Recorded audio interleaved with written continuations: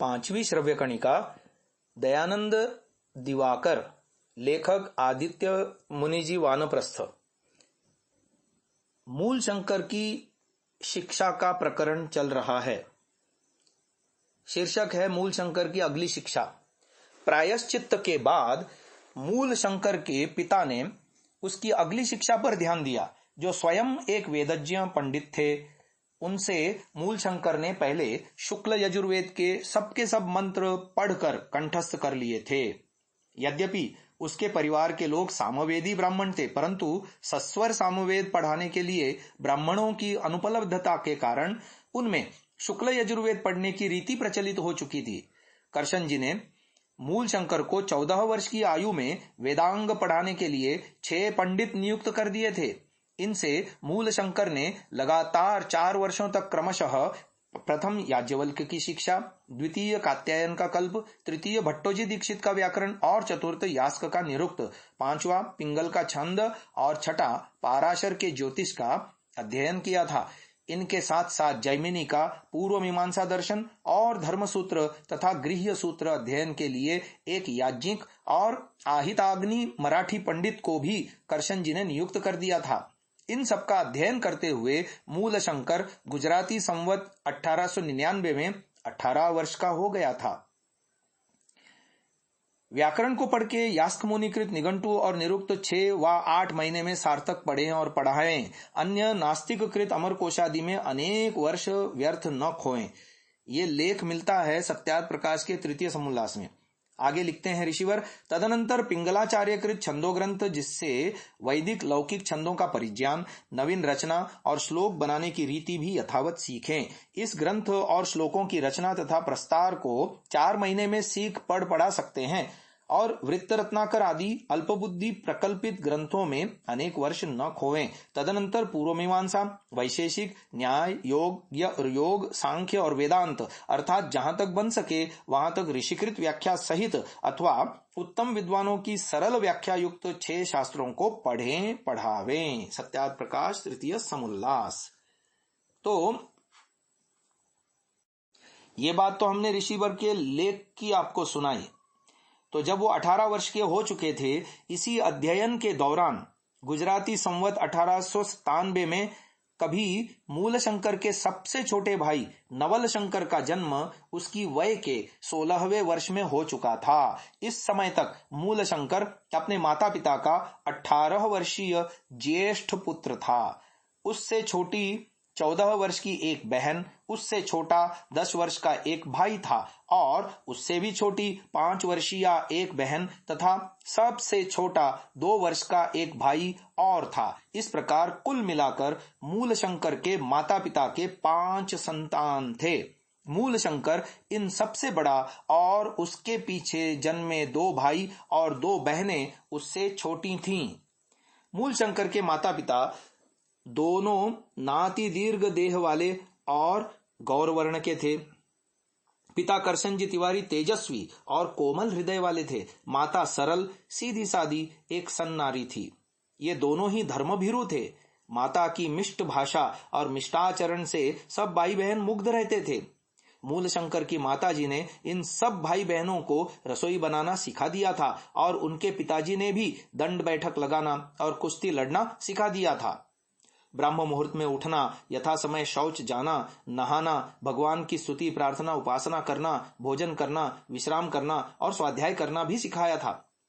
रात्रि जागरण नहीं करना, कुसंग नहीं करना, कलह विवाद नहीं करना, देव द्विज अतिथि और गुरुओं के प्रति विनम्र भाव रखना, प्रणाम नमस्कार आदि करना, रोगी की सेवा शुश्रूषा करना और घर के सभी कार्य अपने हाथों से ही करना इत्यादि कार्यों का इन सभी भाई बहनों को अभ्यास कराया गया था। मूल शंकर के पिताजी मसालेदार तंबाकू पीते या तंबाकू वाला पान खाते थे, लेकिन उन्होंने अपने इन सब बच्चों को इसका निषेध कर रखा था। मूल शंकर की माताजी जब बच्चों को रामायण महाभारत की कहानियां सुनाया करती थीं, इस प्रकार इन सबका पारिवारिक जीवन सुख और शांति के साथ बीतता था। मूलशंकर का अपने कुछ परिजनों की मृत्यु के द्वारा साक्षात्कार। मूलशंकर की 9 वर्ष की आयु में उसके पितामह लालजी तिवारी का मृत्यु गुजराती संवत 1890 में हो गई थी। इस समय जब सभी परिजन विलाप करने लगे तब मूलशंकर भी रोया था, परंतु उसे मृत्यु के विषय में कोई ज्ञान नहीं था। इसके बाद उसकी 18 वर्ष की वय में उसकी जो 14 वर्षीय छोटी बहन रत्नबा थी, उसको भी हैजा हुआ। उस समय कहीं रात्रि में नाच हो रहा था। मूलशंकर अपने कुछ परिजनों के साथ उसे देखने में तल्लीन था। तभी उसके घर से आकर एक सेवक ने इसकी सूचना दी।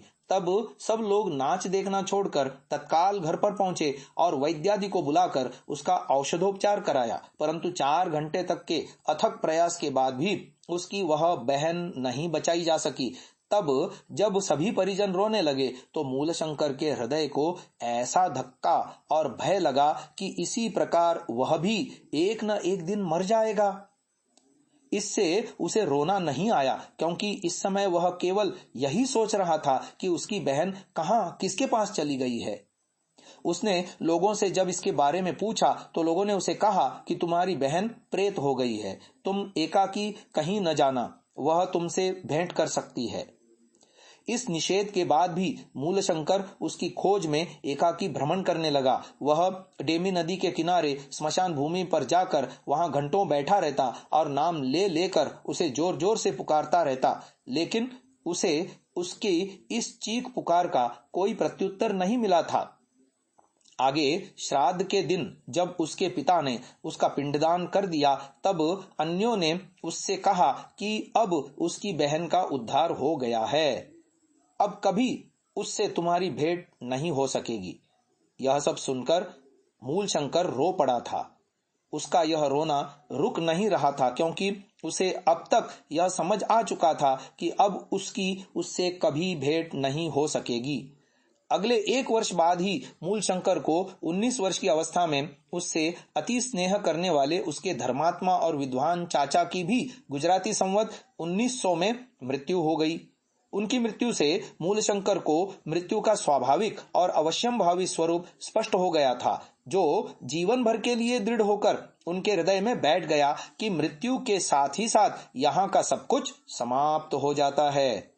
मृत्यु से बचने के लिए कोई उपाय है कि नहीं, यह पूछने पर भी सभी ने उसे कहा कि योग विद्या ही एकमात्र उपाय है, जिससे मनुष्य जन्म और मृत्यु के बंधन को छूट सकता है, दूसरा कोई उपाय नहीं है।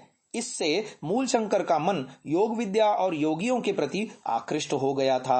अतः जब उसने अपने पिताजी से यह पूछा कि योग विद्या कहाँ और किससे मिलती है, तब इस प्रश्न को सुनकर मूलशंकर के पिता घबरा गए। उन्होंने उसे कुछ जवाब नहीं दिया, परंतु उसकी माता जी को कह दिया कि उस पर कड़ी नजर रखो, उसके लक्षण अच्छे नहीं हैं। फिर मूलशंकर योग और योगियों के बारे में स्थानीय पंडितों, ज्ञानियों और साधुओं से पूछताछ करने लगा। इस समय तक वह 20 वर्ष का हो चुका था।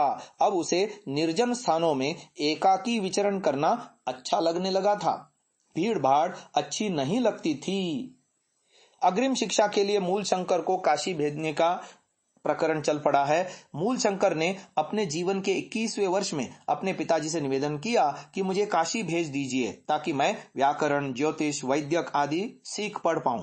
तब उसके पिताजी और अन्य कुटुंबी जनों ने उससे कहा कि जो कुछ पढ़ना हो सब यहीं पढ़ो, इसके लिए हम तुम्हें काशी नहीं भेजेंगे, क्योंकि अगले साल तुम्हारा विवाह भी होना है।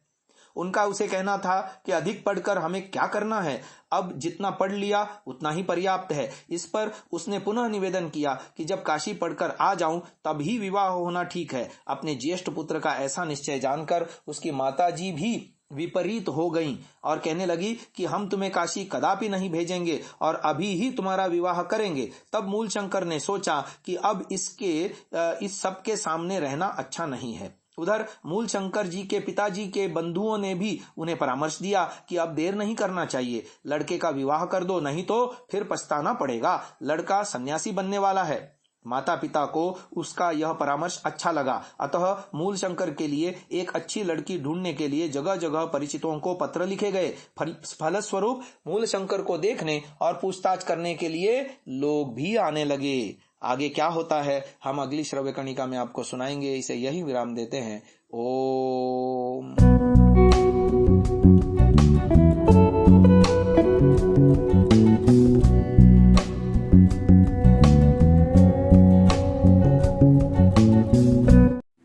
डाउनलोड सांसा ऐप, आरवीरदल ऐप, विजिट sansa.org, rvirdal.in।